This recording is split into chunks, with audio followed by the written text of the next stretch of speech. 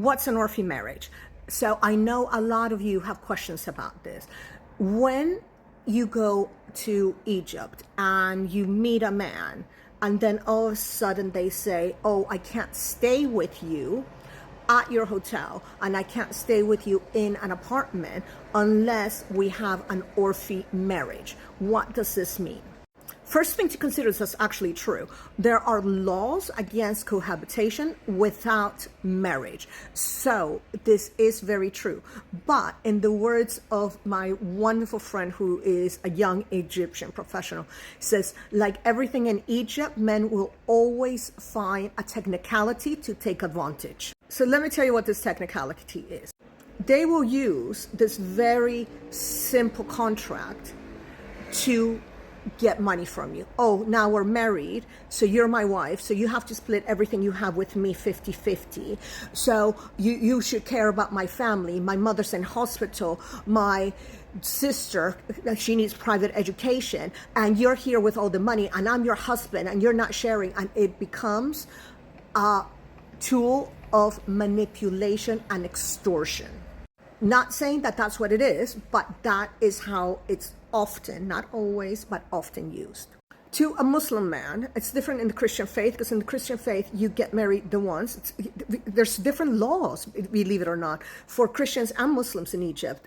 There's very different matrimonial laws. So for a Muslim man, an ORFI marriage means nothing. Absolutely nothing. All they have to do is stare up the paper and it's done. They have no responsibilities towards you. So if you're going to have an ORFI marriage, always take a picture of it and keep it on your phone, because that's enough if we need to enforce it in any way.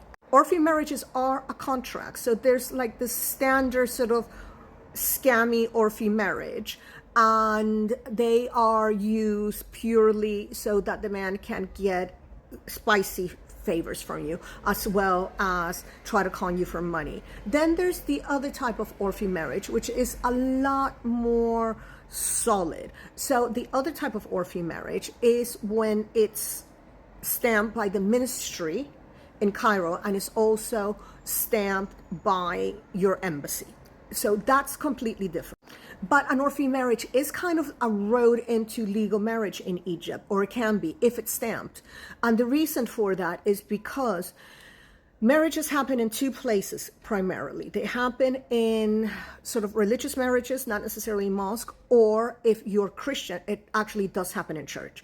Now, if you are not a Muslim and you're marrying a Muslim, then the ORFI marriage that is being validated is the best route into a legal marriage that you have in Egypt. So what do you do in those cases? You're getting married. This is a proper marriage. You treat that ORFI like a prenuptial agreement.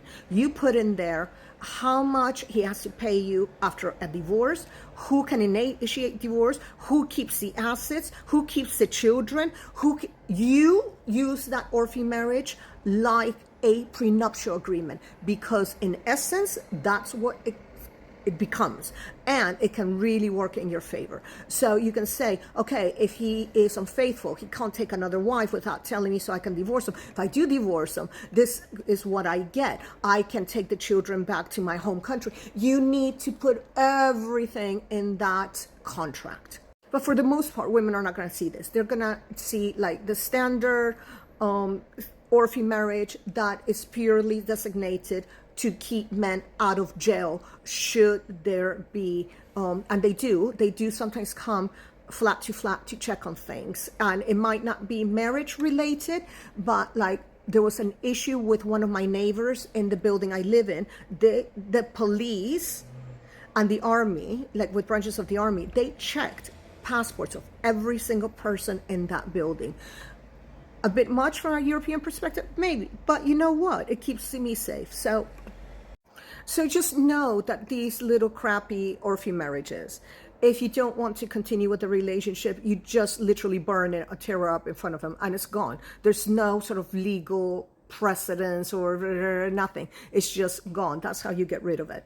But if you're going to get it officiated, then you want to treated like a prenup. Also, if you're marrying an Egyptian man and he's over the age of 25, chances are very high that this man's already married, that he has a wife and children in his village.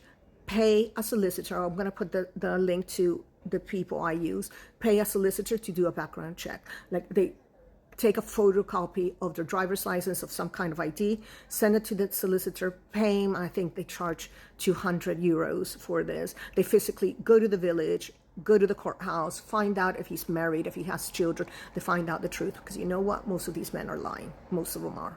And just because he's introduced you to his family doesn't mean a thing, because most of the time the family is in on the scam. Most men from all over the world look at marriage from what they're going to get out of it. So in America and in Europe, they're going to get a free maid, someone to do their laundry, cook their dinners, and pay half the bills. God, you know, what a great deal. Women, we look at it from the point of view that we want a family, we want love, we want a family, we want to have children. So we're at a disadvantage when we're picking a husband.